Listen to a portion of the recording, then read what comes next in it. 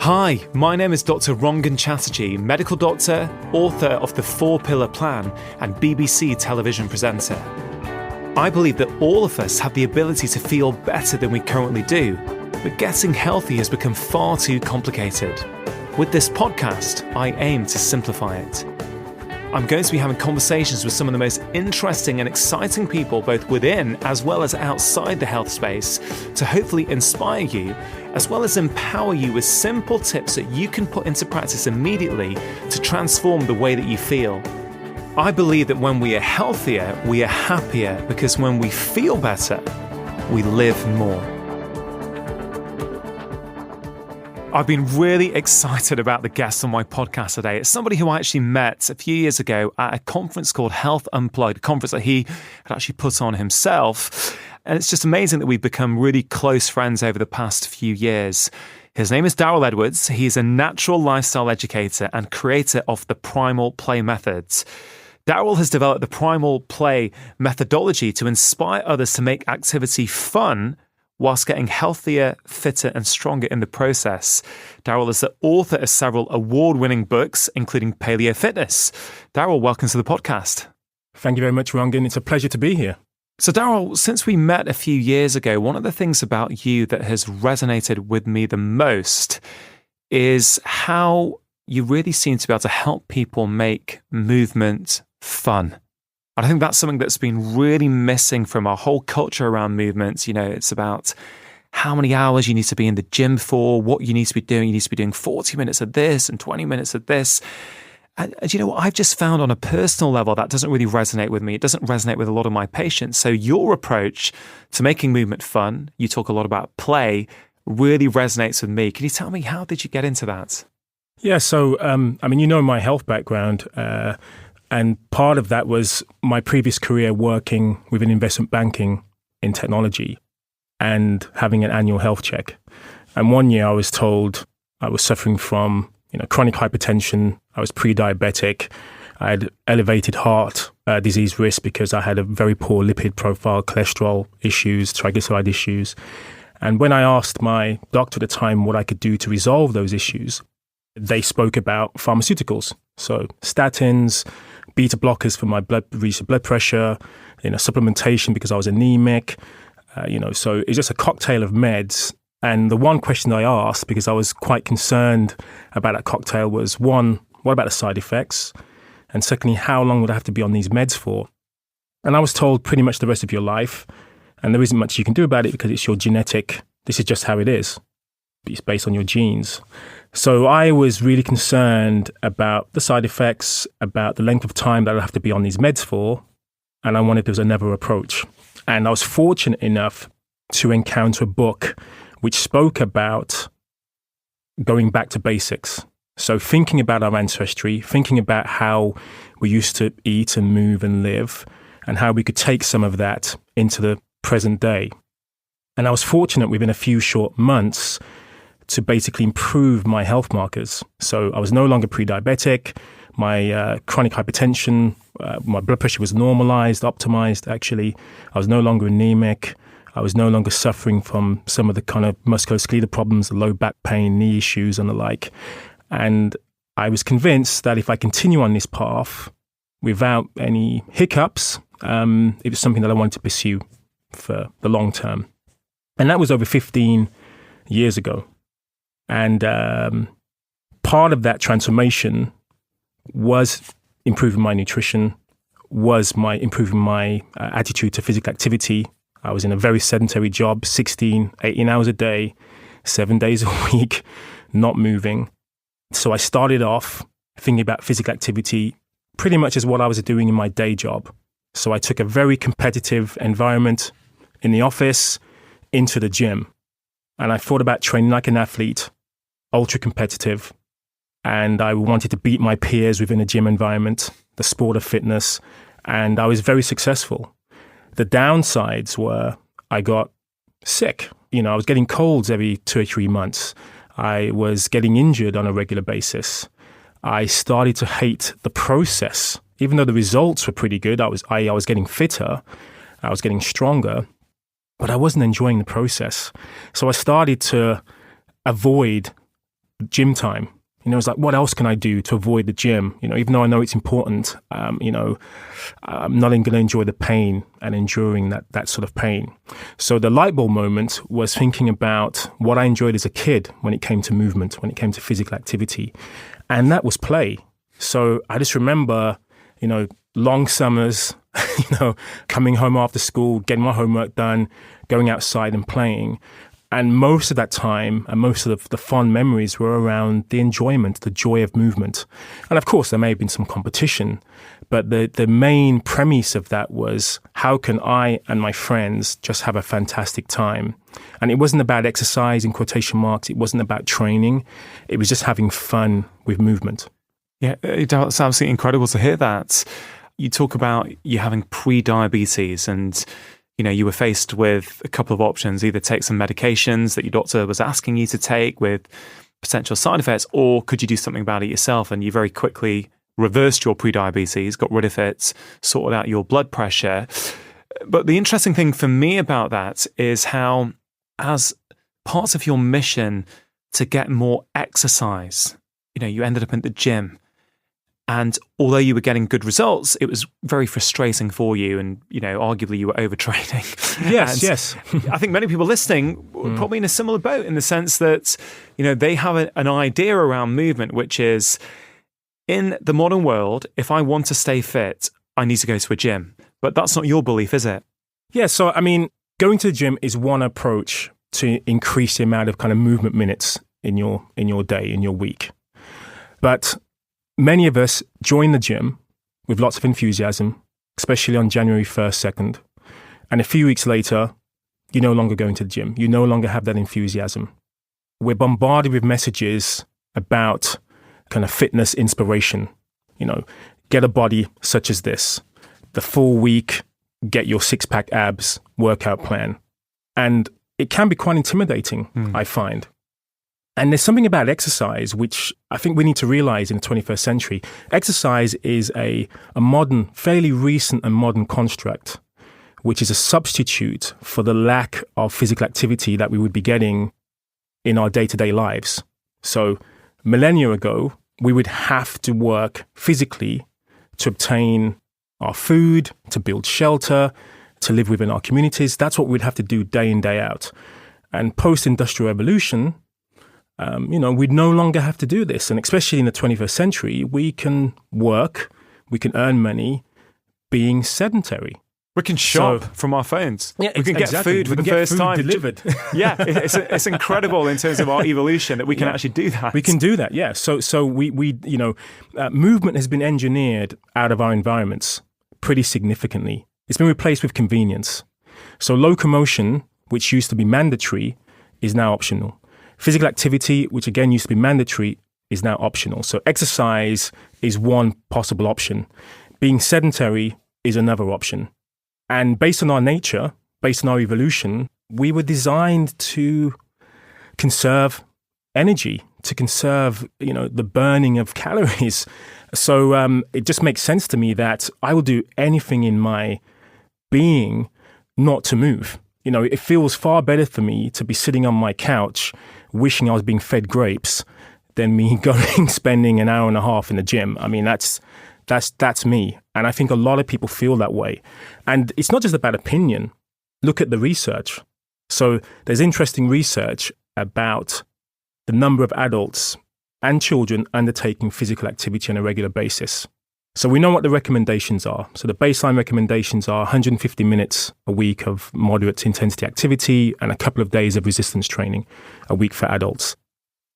Do you know how many people actually meet the guidelines? If you ask them the question, it's about 35% of adults who meet the guidelines. But if they're wearing an accelerometer, they're wearing a device that actually, records how much movement they're undertaking, it's only about 5 to 8% of adults who meet the requirement. And that's a baseline requirement of physical activity guidelines per week, which is shocking for one, but secondly, makes me realize that we just aren't aware of how little movement we're undertaking on a daily basis, and that there is an aversion. We have an aversion to physical activity. We have an aversion to exercise.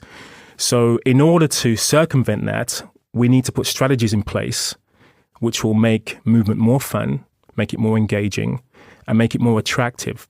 So I believe conventional fitness is missing out on a trick somewhat, because most of the messages I see on social media are no pain, no gain. My warm-up is your workout. It's all about punishing yourself for what you ate the day before, punishing yourself for the lack of physical activity that you may have undertaken for the previous period of time, rather than focusing on how good you're going to feel, how good it's going to make you feel, the health benefits that come out of physical activity. So the other light bulb moment for me was recognizing movement as being medicine and finding the appropriate dose of that medicine and recognizing that you need a daily dose. And sometimes that dose will be more intense and more vigorous, and sometimes that's going to be more moderate, and sometimes it's going to be very low intensity. And you need a wide array of kind of movement nutrients as such in order to get your well-balanced movement diet. Yeah, Do you see what I'm saying? I love that, Darrell. It's such a great way of putting it across to people. And the thing that really resonates with me there is that, yes, you need a whole variety, but you also need to probably understand how to personalize it to yourself depending on the context that you find yourself in. So, one thing, you shared some of your frustrations about the messaging on social media sometimes, which can be quite harmful to people actually, and actually put them off doing any movement. One thing I've noticed also is this push to do more intense physical activity at any cost. So you have people, even some healthcare professionals out there on social media who are knackered, they're exhausted, they're working back to back, yet they're still getting up at 6 a.m. to get the workout in. And, I get the intention behind it. It's, hey, doesn't no matter what, I'm still up there in the gym, pushing it hard. But you know what? Many people will be better off actually in that moment, probably just sleeping a bit longer and actually going for a walk at lunchtime to help, restore their body, or have a 20 minutes yoga on a YouTube thing after work sort of thing, rather than intense exercise in that setting. Is that something you see a lot of? Yeah, I totally agree. If you're living, most of us are living in a chronically stressed environment. Most of us are chronically stressed. Absolutely. So if you then have sleep deprivation and you have very little me time, and then you're deciding to add another significant acute stressor, i.e. physical activity at the greatest intensity possible in a shortest space of time, and actually in a short space of time isn't good enough, so I need to do even more of that because obviously more is better, then obviously that's going to be detrimental to your health. And something about exercise, like any stressor, is it's about the appropriate dose. It's about the appropriate type of that dose of medicine. And so, we benefit from a hormetic response, which is, if you take part in exercise, there's a biological response that comes from that because it's a physical stressor. And so there are benefits based on that stressor, based on overcoming that physical activity, based on your body adapting to that physical activity. But if you just continue to do that and you don't have proper rest and recovery, then it becomes harmful. If you do too much of that thing, which is beautiful and has great impact in the short term, it becomes detrimental. Going back to the original point, it's finding the appropriate timing of that physical activity or that exercise, making sure you enjoy it, I think is extremely important, and also making sure there's the appropriate dose of that physical activity. And I was overtraining. I can recognize I was overtraining and under-resting, and I didn't have the appropriate recovery. And I was adding that to being sleep deprived and believing that, I can out-exercise my lack of sleep. You can't. Part of you sleeping is to repair and rebuild the body based on that physical activity. So if you're not having adequate sleep, you're undoing some of the good work that comes through physical activity. Yeah, and it's interesting to me that a lot of what you're posting about at the moment that I see is about movements, but you absolutely recognize the importance of a rounded 360-degree approach to health in terms of food and sleep and stress. Movement's just one component, isn't it? Yes, for sure. I do believe movement gets a bad press. I was going to come to that, actually. Yeah, I think it's a really important point because recently, particularly in the the social media sort of health world where people are trying to, help empower people. Yeah, it's amazing how over the last, maybe 3 or 4 years, there's been very much it's about your diet more than it is about your physical activity. People are talking a lot about weight. Yes. And, there have been some papers out there, with sort of quite catchy headlines. Yes. And I've noticed that you try and actually provide the balance to that. So perhaps you could share that you share that right now. Yeah. So I do think movement has had a bit of bad press. And the classic quote is, you can't outrun a bad diet. And of course, if you have a balanced approach to health, you recognize that you need all of those multifactorial approach to improving your health and well-being. So you do need to focus on good nutrition and good food. You do need to focus on, mitigating chronic stress. You do need to focus on sleep quality and sleep hygiene, your relationships, avoiding pollution and your approach to physical activity and the like. And when you start picking out one of those as being the only thing that's important, the only way you can reach health nirvana, that's when I believe it's dangerous. Me too. Because for some people, they will latch onto that message and that narrative and only focus on one of those. And it could even be exercise. So somebody could decide, you know what, I don't need to worry about anything else. I'll just exercise. That may lead to orthorexia. That may lead to somebody believing that they can have a poor diet and it doesn't really matter as long as you exercise. Of course, there's no way I would advocate that. But pushing one of those factors as being the only way to improve your health is detrimental. Yeah. Because I, for one, didn't recognize that movement or physical activity could be therapeutic. I believed it was just about burning calories. It was just about improving body composition, because I was veering much more towards this message of food being medicine. Yeah. And so, what you eat is not just fuel, but also medicine, is also therapeutic. It, feeds the gut microbiome. That's what's important. It reduces inflammation. That's what's important. And when I started looking at the research and recognizing, oh my goodness, exercise can be anti-inflammatory. Exercise can improve the gut microbiome. Absolutely. Exercise can improve, reduce blood pressure and can improve your mood hormones, your serotonin, dopamine. And, once you recognize there's this whole body of research around exercise being medicine, then you realize just how powerful and potent it is. And when you look at the evidence being that most of us are physically inactive, even if we're not aware of that, most of us who are having a day job, where we believe if I just get out of the office for 30 minutes and hit the gym, don't realize that may not undo your sedentary time during that day. Many of us just aren't aware of this. Yeah, Darryl, you're right. There's some very good studies in the last few years. I put a few of them in the 4-pillar plan about how we possibly can't outdo the effects of sitting all day just by going to the gym for an hour in the evening.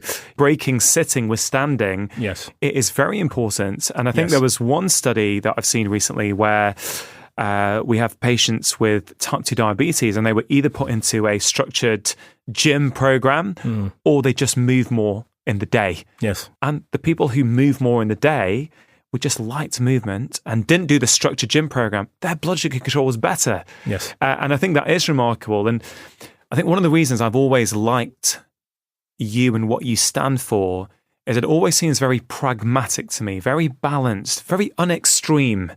And I think I've always resonated with you on that. I think I've always known on some sort of deeper level, actually, I really like what Darrell is promoting, what he's standing for here. When you say if we over prioritize one area of health over others, we can have problems potentially. And really that's the approach that I lay out on my book, Darrell. It's kind of like, it's not about the perfect diet or the perfect gym routine. It's about, for many people, if your diet is good enough, actually, you might be better off going to sleep an hour earlier each night rather than trying to get a 10% improvement in your diet on an already very good diet. Yes, for sure. When you look at the blue zones, for example, I mean, arguably, their lives aren't perfect. Even though they live long and healthy lives, and that's evidenced based on those populations around the world where that exists, their lives aren't perfect. They don't have the best nutrition optimally every single day of the week. They don't always have the best approach to physical activity. It's about what foods are available to them, which are local, healthy, unprocessed. It's about the fact that they have to move in order to live because it's part and parcel of their day. They tend to sleep based on what nature dictates. They tend to have really good, healthy relationships and family structures that give them a sense of purpose and the like. We need to simplify a lot of these messages as health practitioners, as lifestyle coaches, as health coaches, rather than overcomplicating things. Because as you say, people are looking for that extra edge, that extra additional 10% that can come, by me optimizing this particular phytonutrient. Oh, that's the key. That's a secret. If I just add that supplement to my diet, everything will be perfect. But it's the whole point with the whole blue zones, looking for the perfect diet. The reality is I was very lucky. I was in Guernsey in June, and one of the guys who coined the term blue zones is Michel Poulain. He's a Belgian researcher. And he was sharing with me the diets on the blue zones. He goes, they're all quite different, actually. Some of them eat quite a lot of meat, actually. Yeah. And one of the problems we have when we try and look for that perfect blue zone diet is that, frankly, it doesn't exist. You've just echoed what it is. It's minimally processed, it's local, it's in season, is what they do. And they've got different amounts of fat and carbs, depending on which blue zone you're talking about. Exactly. So it clearly is more than fat v carbs is the problem. Yeah. But then we can't take the diet in isolation. Yes. Because, these cultures are generally well slept. They're generally physically active. They are, low levels of stress. They've got a strong sense of community. And that's why it's very hard to take out one component. The other thing I find interesting about the blue zones and other healthy populations around the world, and this is one of the reasons I think we're struggling so much in the West at the moment to help our populations be healthier, is that their way of living means that being healthy is just the default option. Whereas here we're having this interview in London, being out in London, the default option for many people is to be unhealthy. If you take all the transport everywhere, if you get locked into this stress culture, go, you get back from work late and you sort of, you're stuck on your computer very late with work emails, or you get up early for the commute back to work, and you're stuck at your desk all day, the default option there is poor health. And I think this really goes on to what I love about your movement approach. As you well know, I'm a huge fan of your various movement strategies. In fact, I talk about you in my book, Darrell. I mention... Thank you very much. One of the favorite things that I do with my son is Primal play tag, an exercise that you taught me. I can't remember when it was, but I thought this is incredible. What an incredibly fun, engaging way of playing with my son, having fun with him. Yet within a minute, we're both breathless and knackered. And I think play and making movement fun is something that we've not done enough of in society. Yeah, for sure. And we can see that kids... there's less playtime now for kids at school. We're less likely as parents to let them go out and play, as would have been the case when I was youngster. My parents are like, get outside and entertain yourselves. Come back when dinner's ready. That doesn't happen nowadays. So our kids are spending more and more time on devices rather than playing and engaging in active play. Adults for sure are becoming far more sedentary. So we do need a solution to this. And the solution isn't just telling people you need to move more. And unfortunately, there are far too many health professionals now saying, actually, you don't need to move that much. You can condense what you need to do in just a couple of minutes. Oh, yeah, if you do this really ultra high intensity protocol for a couple of minutes a day, you're kind of sorted. You'll get all these health benefits, and that's all that matters. Well, actually, there's far more to movement than what you can do in a couple of minutes. And so, as you say, that integrating movement throughout your day-to-day lives. If you're sitting, spend a bit more time standing, a standing desk, for example, or make sure every phone call you take, you stand rather than sitting. Take the stairs more often than taking an elevator or the lift. So there are practical approaches to increasing the amount of non-sedentary time throughout your day. And that's definitely my approach. It's very difficult for me to set up an hour, 45 minutes during my day to say, right, that's going to be my workout time today. I'm going to pop it in my diary. I'm going to get it done, because life gets in the way.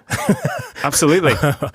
So it's better for me to actually get up in the morning, get a few minutes done, think about opportunities throughout my day. I will do things like, I want to get the remote control. I'll bear crawl across my living room floor to pick up the remote control. I'll squat during commercial breaks. So I'll by the end of the day, I've actually got far more than my minimum requirements for movement, but I have no idea where that time came from. It's like, I think, that's such a key message to people. And that's, again, the approach I take in my own life, which is, particularly these days, I struggle to find that 45-minute, 1 hour period where I can go to the gym, let's say, and have a workout. I remember even as a kid, as a teenager, I used to watch Neighbours, the Australian soap, whilst eating my dinner with my brother. So we could, multitask and eat and watch our soap at the same time. So we had more time to do homework afterwards. And I delve in my book as to some of the negatives of having done that. But I remember I'd go in to put the food plate into the microwave to heat up. And even as a kid, even as a teenager, in those 2 minutes, I would be knocking out some press-ups or some lunges. I would always look for opportunities in the day to get a bit of movement in. And interestingly enough, one thing I did try for the first time in my life about 2 years ago is I tried a personal trainer for a couple of months. I never had it before. I never thought I needed one. I thought, you know what, I kind of know what I need to be doing. But I got a really good recommendation of someone in Manchester, and I thought, I'm going to give it a try. And I've got to be honest, he's fantastic, and I learned a lot. But I had a few sessions left that I didn't use up, and I hadn't been for about 6 months. And about 2 months ago, I was in Manchester, and I text him, say, hey, you don't have a spare session in about half an hour, do you? He goes, actually, I've just had a cancellation. So I went in, and I had a 40-minute workout with him, which is a lot of fun.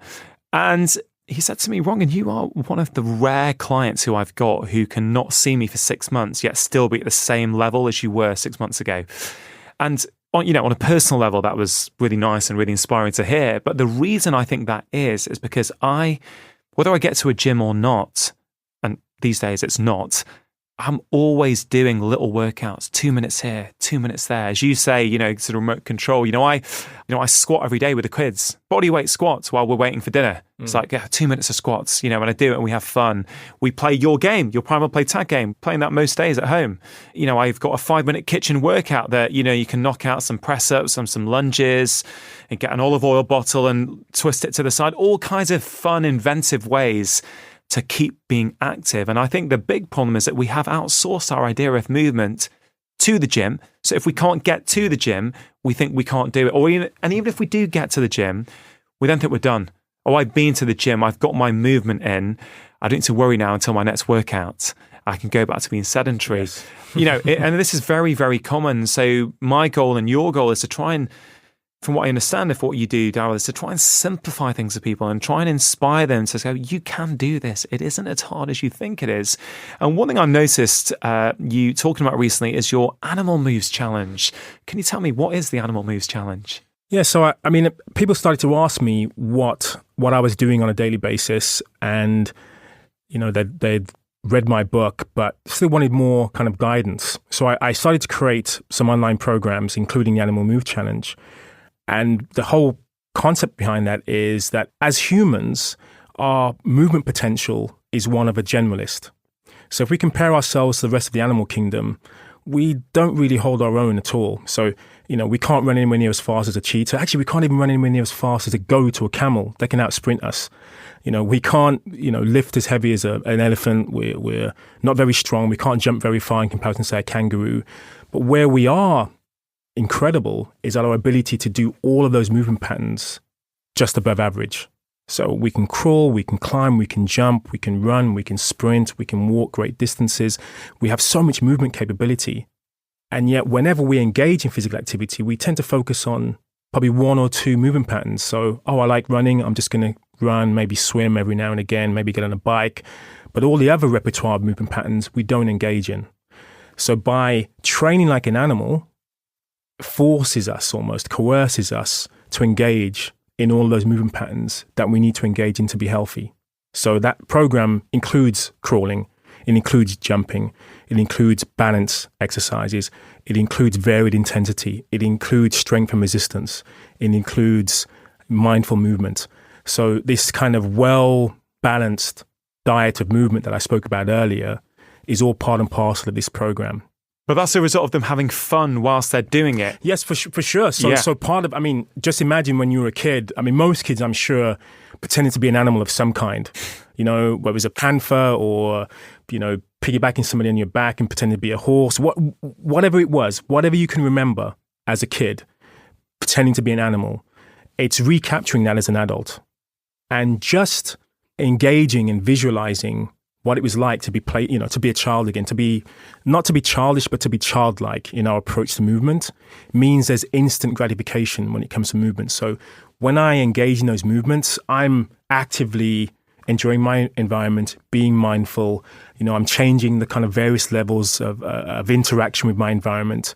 And that in itself means you're so engaged in what you're doing, it doesn't feel like punishment and pain. It doesn't probably feel like exercise. It just doesn't feel like exercise. It just feels like movement. Yeah, absolutely. Okay? And so all those kind of aches and pains that you get as I'm getting older, I feel a little bit stiff in the morning, they all just come out of you. It's like, I don't need to stretch in order to obtain natural flexibility and mobility. I can just move in a way that's therapeutic and corrective and regenerative.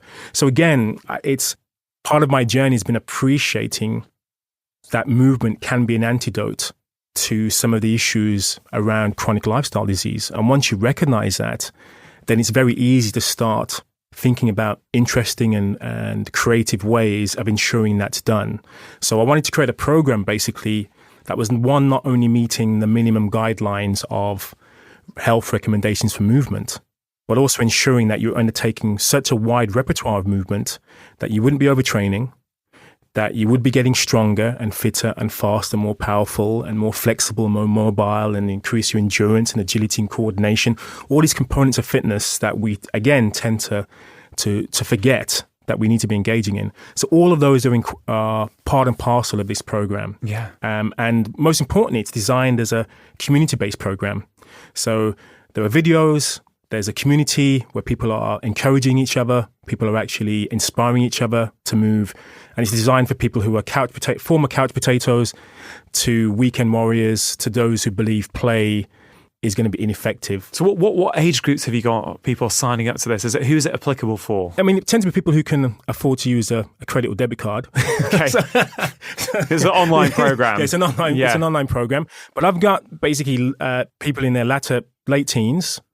And the oldest member of that community is about 75 years old. Wow, incredible. So with no history, they weren't a former athlete. They were just somebody who wanted to have more fun with movement. Oh, wow. So I've got people from all over the world. And where can people find this program? If you go to primalplay.com, you can find out a little bit more about what Primal Play is, but also have access to these programs. Fantastic. Hey, Darrell, when you talk with such passion about the various movement types that are incorporated within your program, and a thought came to me, which is that mindful movement and actually trying to mimic various animal moves, I actually think will relieve stress. So I talk about 4 pillars of health, but by doing this kind of movement, you're probably also de-stressing yourself and switching off, and because it's all connected, right? This is why it's very hard to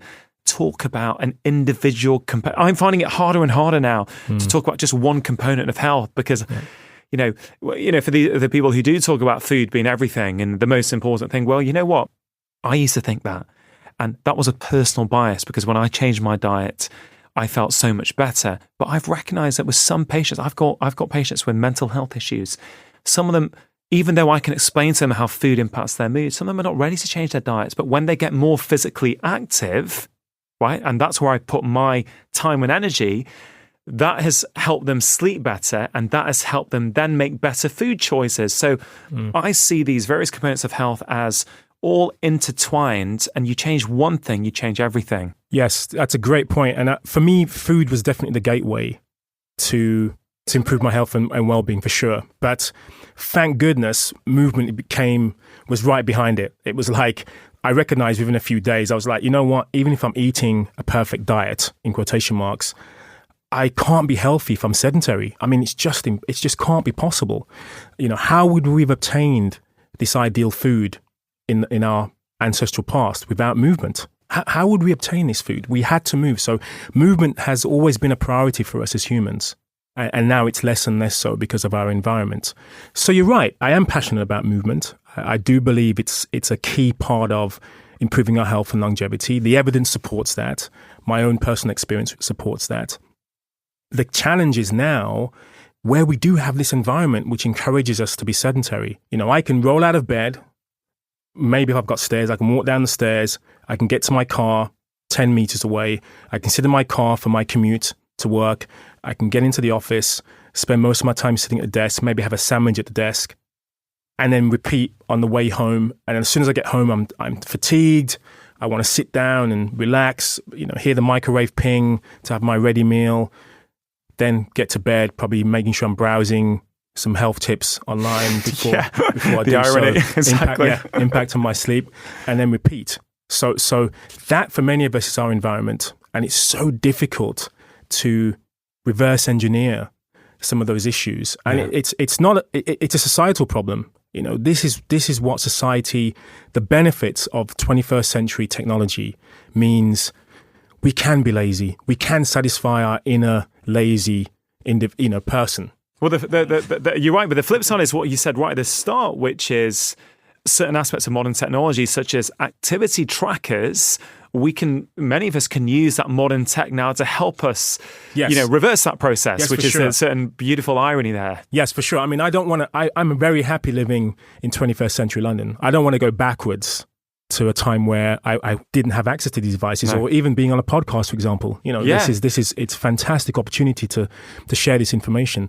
But sometimes we do have an over-reliance and use these devices as a crutch. And that crutch could be, I can avoid social interaction because I can just socialize on social media.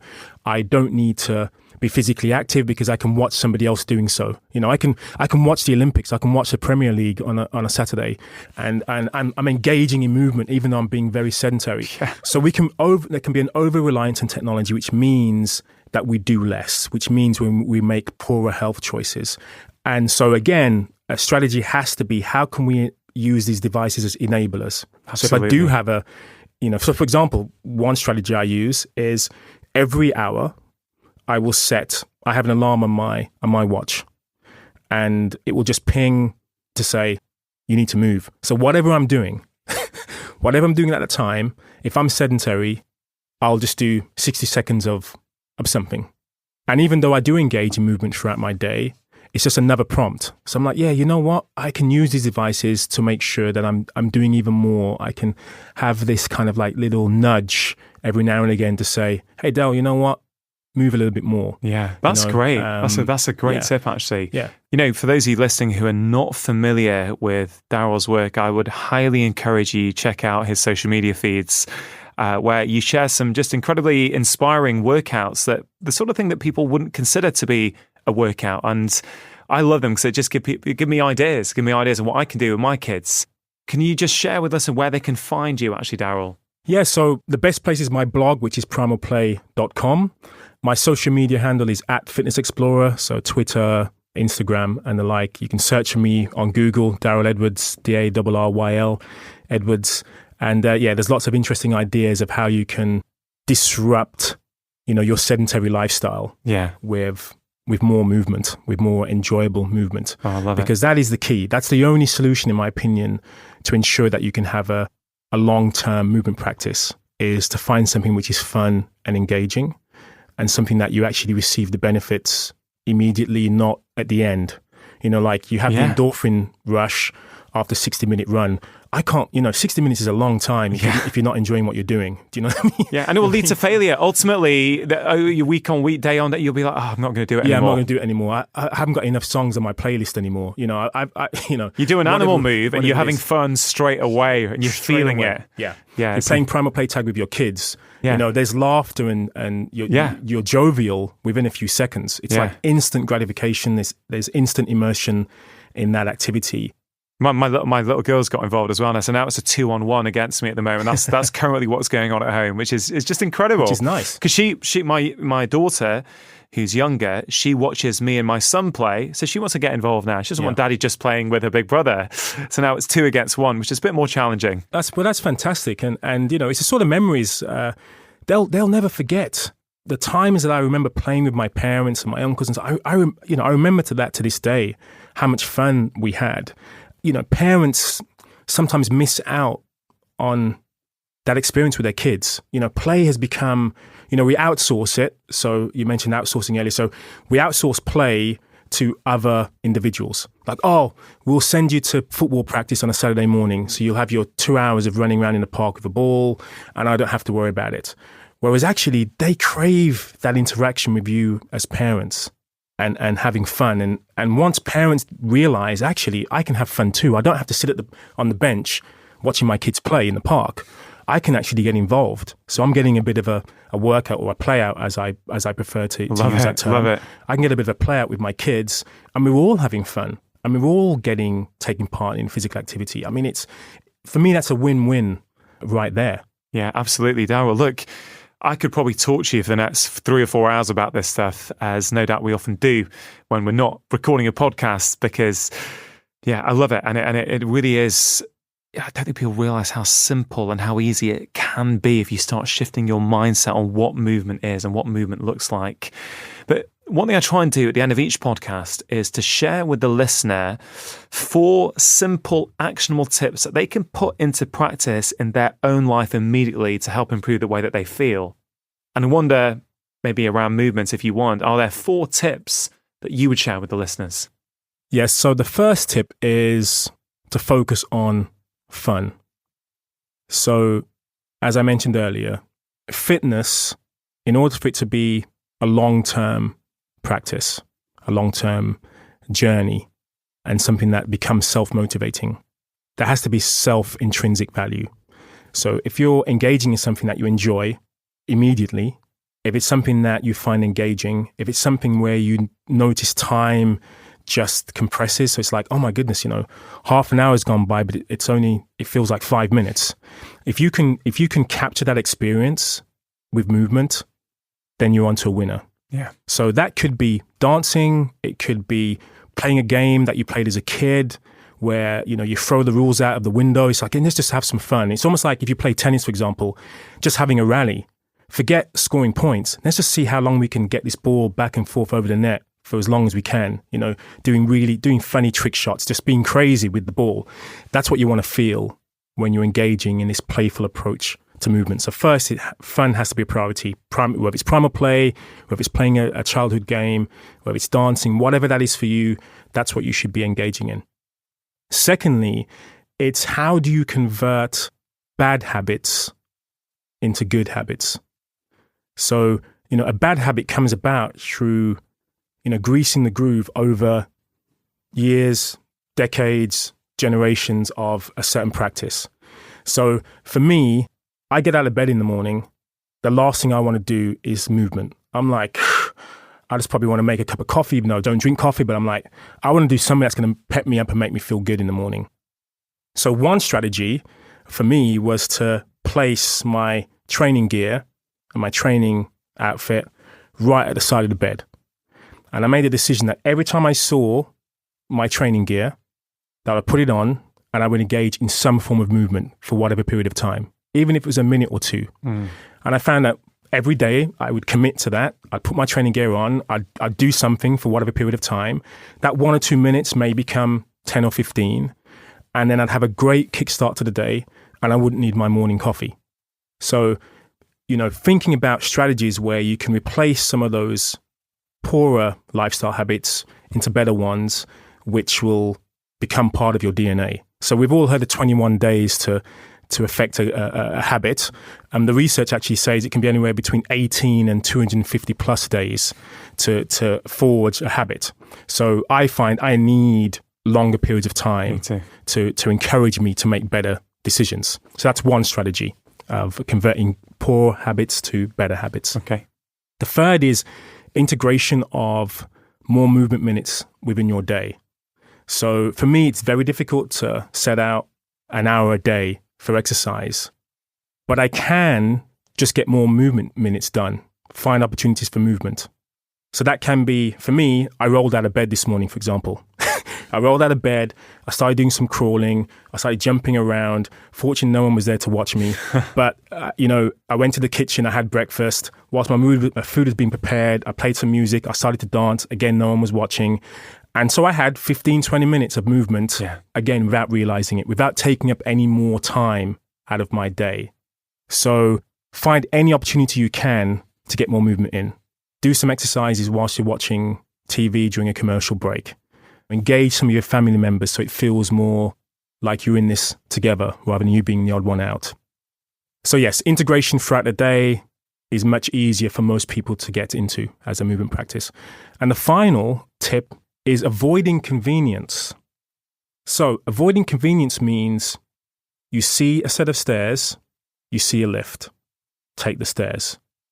Your shop is 5 minutes away. You decide not to take the car. You decide to walk. You decide not to get your groceries delivered. You decide to take those shopping bags back home. Instead of taking your local bus stop, you decide to walk 1 or 2 bus stops.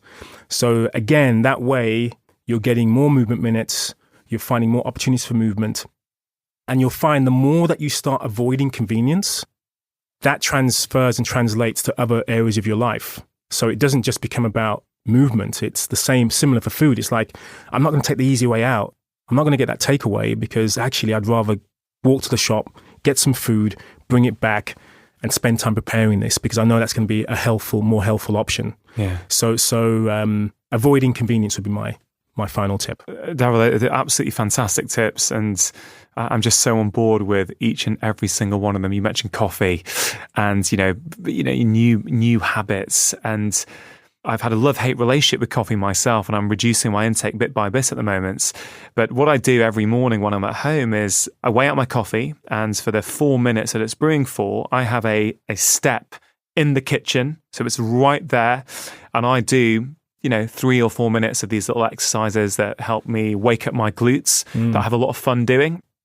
I would be waiting for that coffee to brew anyway. So in that sort of dead time, as it were, instead of scrolling social media, I'm there on the step doing some exercises, and you feel better straight away. Your mood lifts. It just puts you in a different frame of mind. Yes, for sure. It's incredible. I mean, as you say, we are primed for movement first thing in the morning. Our cortisol is naturally elevated first thing in the morning.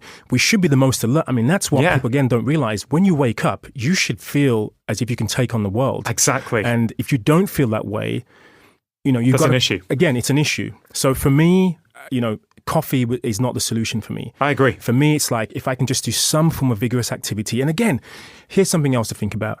You watch a very young child, probably 2 or 3 or 4 years old, what they do when they're waking up out of a deep sleep. And they'll have that kind of like extended stretch, and sometimes they'll shake their bodies, and then they're awake, they're alert, they're like, okay, now I want to play, now I actually want to do something. And lots of animals partake in this kind of pandiculation, and I use that strategy to kind of invigorate myself in the morning. I'm like, I want to feel as if I can take the world on today.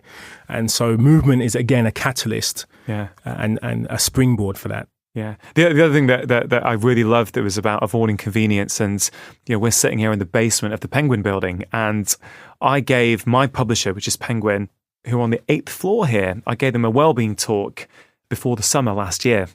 And at the end of it, I left them with a challenge. I said, guys, you guys are, you're on the 8th floor of the building. How many of you take the lift? How many of you take the stairs? And, the majority of people were taking the lift. So I set them a challenge, said, how about tomorrow morning, not next week or next month or, after the summer holidays, how about tomorrow morning, each and every single one of you that is able to considers taking the stairs and do it with somebody else. And remarkably, I think the next day, it was something like 90, 95% the next morning were taking the stairs. But interestingly enough, 4 months on, it was over 80% of them were still taking the stairs 4 to 6 times a week. Now, I found that remarkable. So that, you've got that option there. You've got the lift or you've got stairs, but then you do it at work and your colleagues are also doing it, so you engage that community. So one day you don't feel like it, but Linda down the hall is getting the stairs, you're more likely to take it. So I find that amazing how quickly these things can change. Yes. And I set them one challenge. 4 months on, they're still doing it. Do you know what I mean? Which is fantastic. It's incredible. It's simple. It's something that as you say, if you're able to do so, then do it. And that's a point, because there may be a time in life where I may not be able to climb the stairs in 20, 30 years. Yeah. And I may not be able to do so only because you never did. I haven't done in the past. Exactly. I mean, that's the point. So whilst I can, I want to maintain my function for as long as possible. Yeah. Well, Darrell, I love it. Love it. And really, I'm so inspired by this conversation. I'm just going to say something I rarely say, but for those of you listening, just think about something that you have heard just now, either from myself or from Darrell, and think, even if you just take one thing that you can change immediately in your life, you will feel the benefits very soon, and it absolutely is worth it. So, Darrell, really appreciate your time today.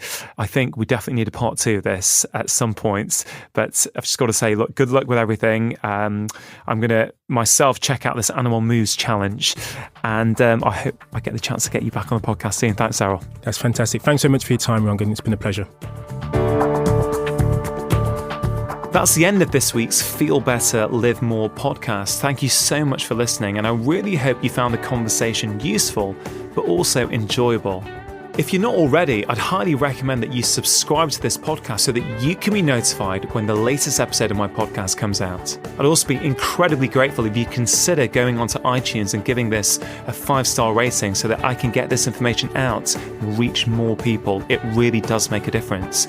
And if you have any suggestions for people you'd like to see me have conversations with on this podcast, I'd encourage you to get in touch with me on social media using the hashtag FeelBetterLiveMore.